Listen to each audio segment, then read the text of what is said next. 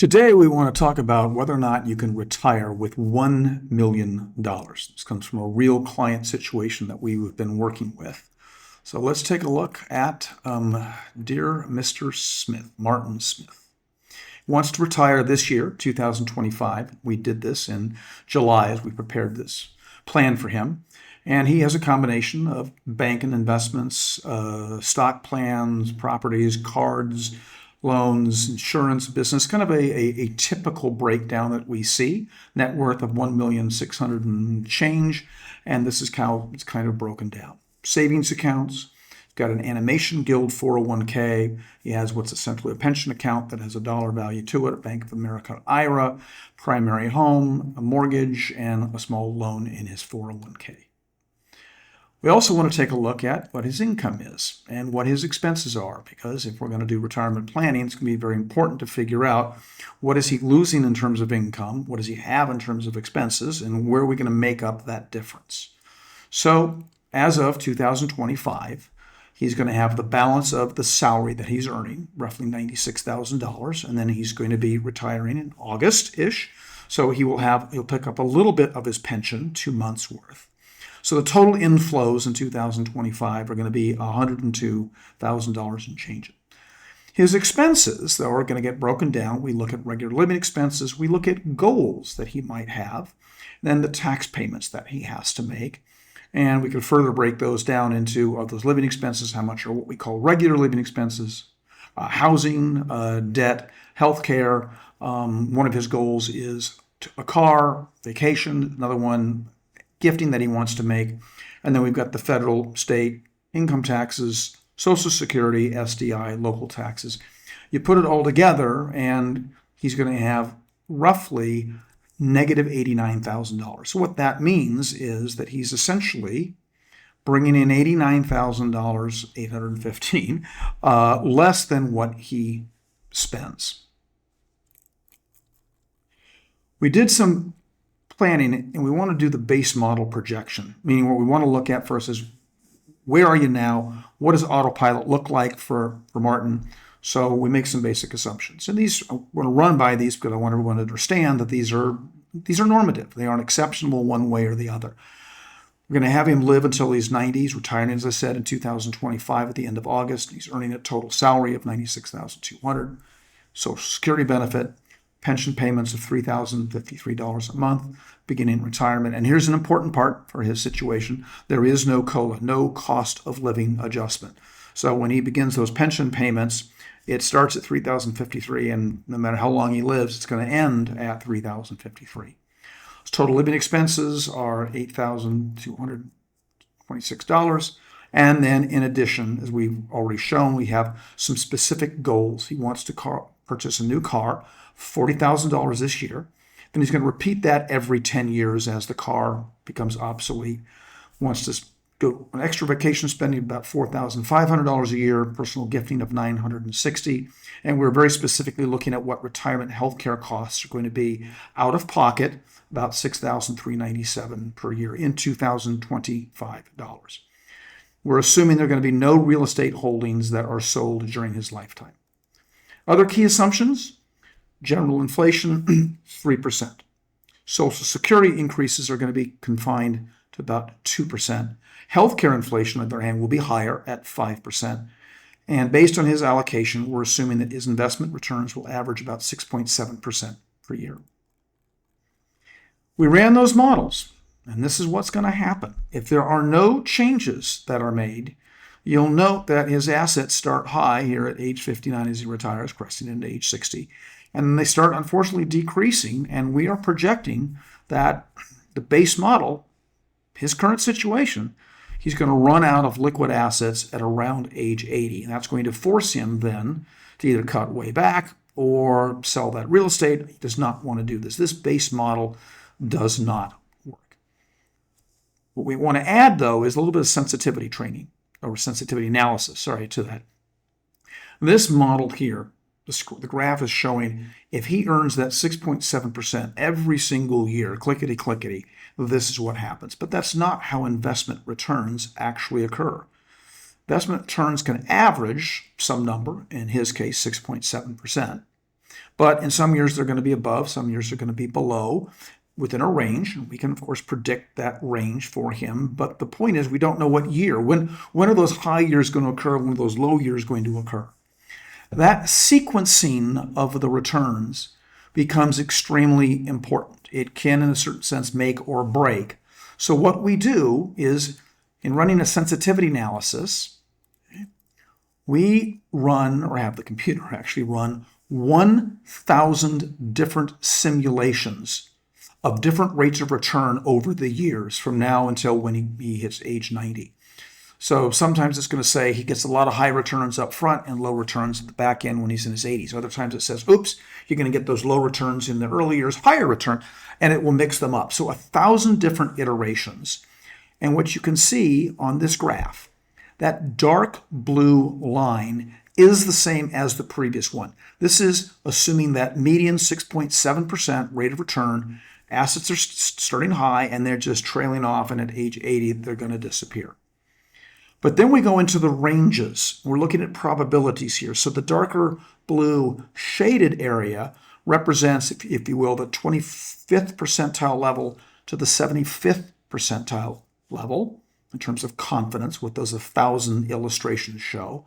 And then the lighter blue, the outside edges of this, are basically taking us to the 0 and the 95% confidence levels. And as you can see, there's a chance that he will have enough assets. There is some sequence of those returns, even though he still has a 6.7% average annual rate of return from now until 90, but some sequence of those where he does have money. He will not outlive his assets.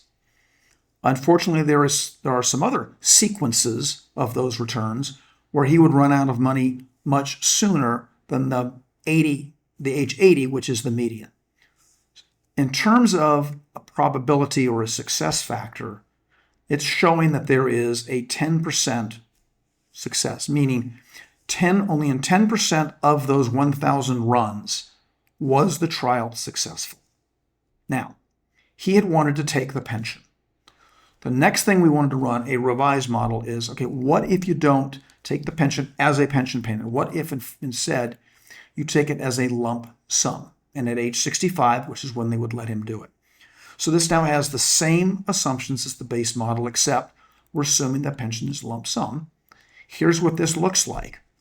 We're overlaying what happens with the revision on top of the base model. So the base model is the blue, and it shows, again, it starts high and then it kind of trails down. But then you notice that the green line all of a sudden spikes up right at age 65.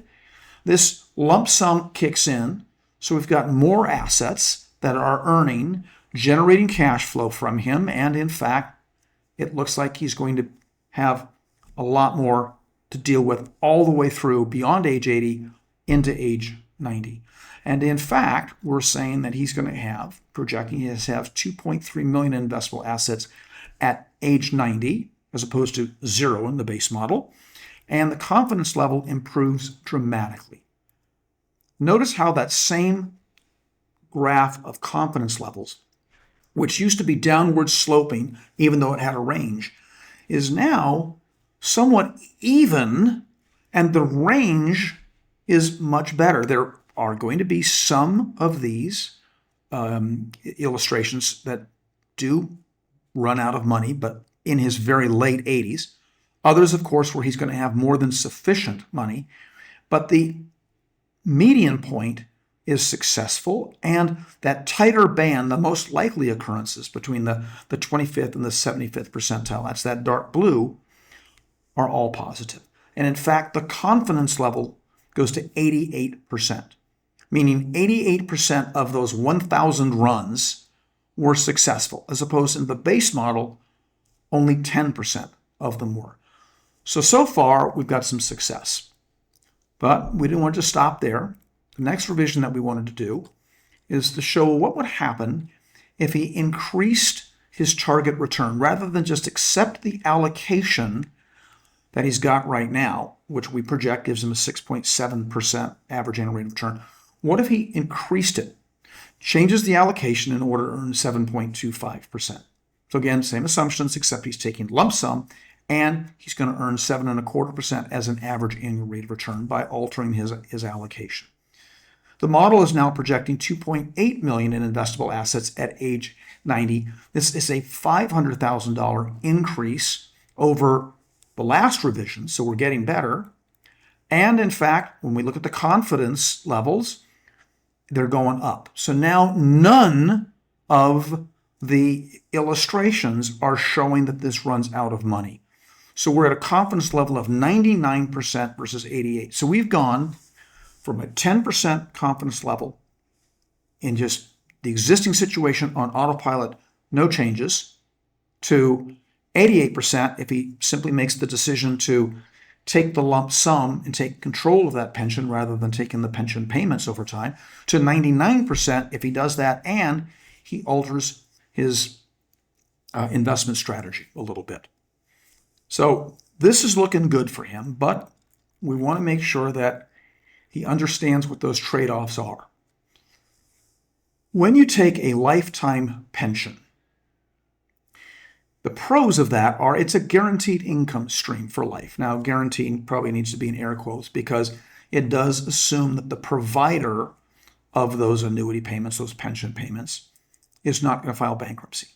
Most large employers will basically push off the pension payments. They'll let an insurance company or an annuity company come in and take over that liability. So it goes off the employer's books, goes on to an insurance company, and now you're dealing with the insurance company in terms of getting your monthly payments. So there are some assumptions there that the insurance company is going to stick around. But for all intents and purposes, people look at this as it's guaranteed income for life. Okay. It also does not require discipline to limit withdrawals from accounts. I mean, you really don't have much control over that, so you don't have to interject any discipline of, oh, I took too much or I've got to cut back a little bit. You're going to get a steady income no matter what. The cons, the offsets to that, unfortunately, reduced flexibility. Once you're locked into that income stream, you cannot tap into the principal. It's now set.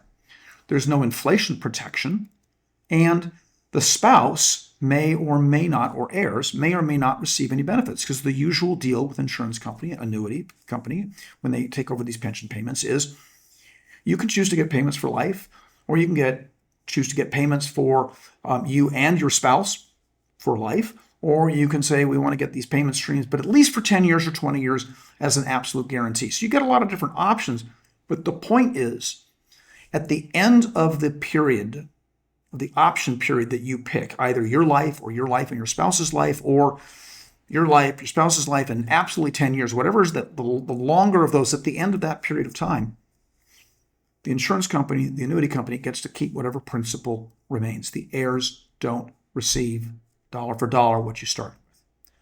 On the other hand, when you take a look at a lump sum rollover, the pros, greater flexibility to change the income stream. You do get to determine what you're going to withdraw each year. You can change that as life deals you changes. You can keep up with inflation. Of course, have to manage it correctly, but you've at least got the option to keep up with inflation. You have the potential to actually increase the value over time by managing the investments. You can impose your own allocation strategy on it, as opposed to just accepting whatever the insurance company, the annuity company does. And if you do all that correctly and wisely, there is the potential of actually the asset being passed on to your heirs. The cons, you are exposed to market fluctuation. Now that can be controlled. We can manage that, but you have to be comfortable with it. Again, as I've said, you won't earn, in this particular instance, 6.7%. Consistently every year. There's going to be volatility, and even if you change that allocation to whatever the target would be, it's going to be some variance around that. You have to be comfortable with that. There is also no guarantee that you will not outlive the assets, but you've got a shot at actually extending that beyond. So you're basically giving up some degree of security in one area for having the opportunity to fit this to what your life really ends up being and giving your heirs something at the end. We've spoken about the investment piece, and it's important to understand what that's going to look like. So we have to help him understand investment optimization. How do you take the allocation that you've got and change it in a way that's efficient so that you can earn more? And of course, collar the risk.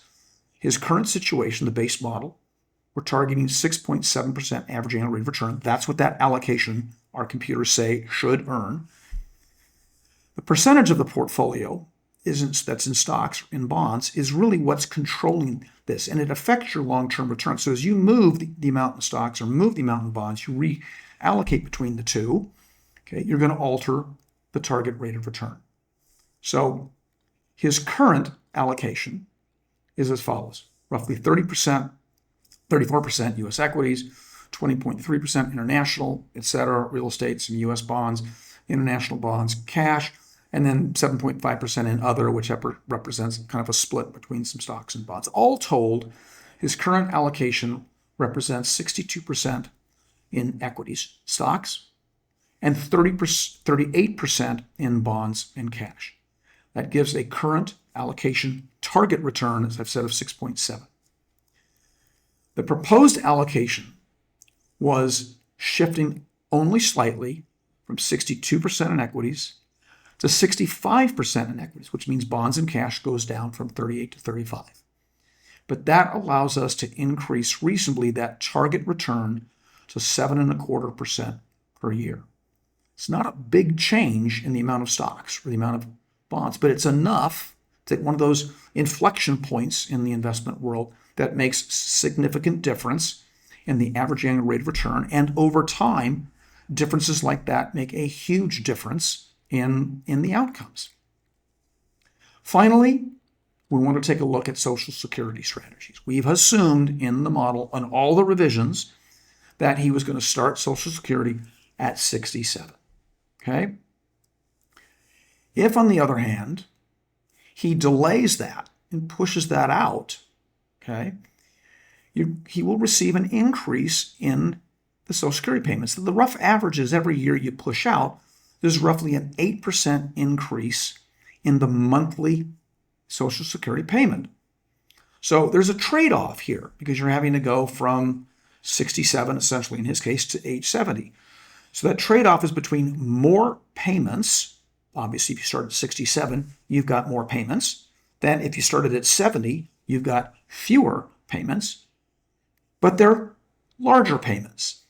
So his trade-off is $3,925 per month from age 67 onward, the longest period, versus waiting, not getting payments for 3 years, but then starting at age 70 at $4,867 per month.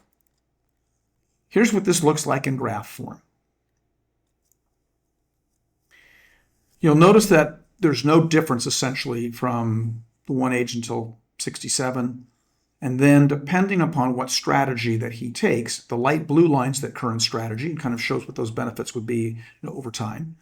Or if he stays at 0 for those 3 more years, this is the dark blue line, and then begins the payments, they're larger and they start quickly climbing. There is a crossover point, if you will, a break-even point. Over the entire lifespan that we've planned, age 9 for him, he's going to get about $175,000 more in Social Security benefits with a break-even at age 81. Now, we've not shown that as one of the, if you will, the scenarios, because that's not something we can control in terms of when he's going to die. So that's something that Mr. Smith has to look at, and you would have to look at and say, do I have longevity in my genes? Do I have health issues? If you don't think you're going to live much beyond the break-even point, there may not be a good reason to delay. You might want to trigger and take your Social Security right away. If, on the other hand, you're in top health and you got a lot of longevity in your genes, it might make sense to postpone that and push it out. Any year for him beyond age 81 represents more lifetime money than if he took his Social Security at age 67. Final recommendations for Mr. Smith. Take the lump sum pension option at age 65 instead of just taking the pension payments monthly without any cost of living increase. Adjust his investment allocation from essentially 62% in stocks to 65% in stocks. And then our recommendation would be delay the Social Security until he turns age 70. This is a classic example of where small changes, decisions that you can make, in this case, Mr. Smith can make, determine whether his retirement will succeed or fail. If he hadn't gone through the process of doing the retirement planning, if he hadn't had someone like us take a look at this and say, okay, what does this autopilot look like? You've got these assets, you've got this income stream, you're going to take your pension, take Social Security 67, you're going to just keep the allocation the way it is, you're on autopilot. What happens? Retirement fails. I wouldn't recommend anyone go into retirement with a base model saying, it's probably going to crap out at age 80. But he didn't have to rejigger his whole life. We're not telling him he can't retire at this year. We're not telling him he's got to sell his real estate. We're not suggesting major changes to life. What we're saying is there are some small tweaks that you can make. Okay? You can control whether you take the lump sum or you take the payments monthly. One little change. You can control whether your investment allocation just stays as it is or you take a little more control of it and push it up a tad and earn 7.25%. You can decide whether you take your Social Security right at 67 or you wait a little bit to 70. Small little changes, but important changes, important decisions meant all the difference for him. We went from a 10% confidence level up to a 99% confidence level. And the Social Security, if he lives obviously beyond age 80, is kind of icing on the cake. All told, very successful outcome. The answer is, yep, here in Southern California, you can retire with $1 million.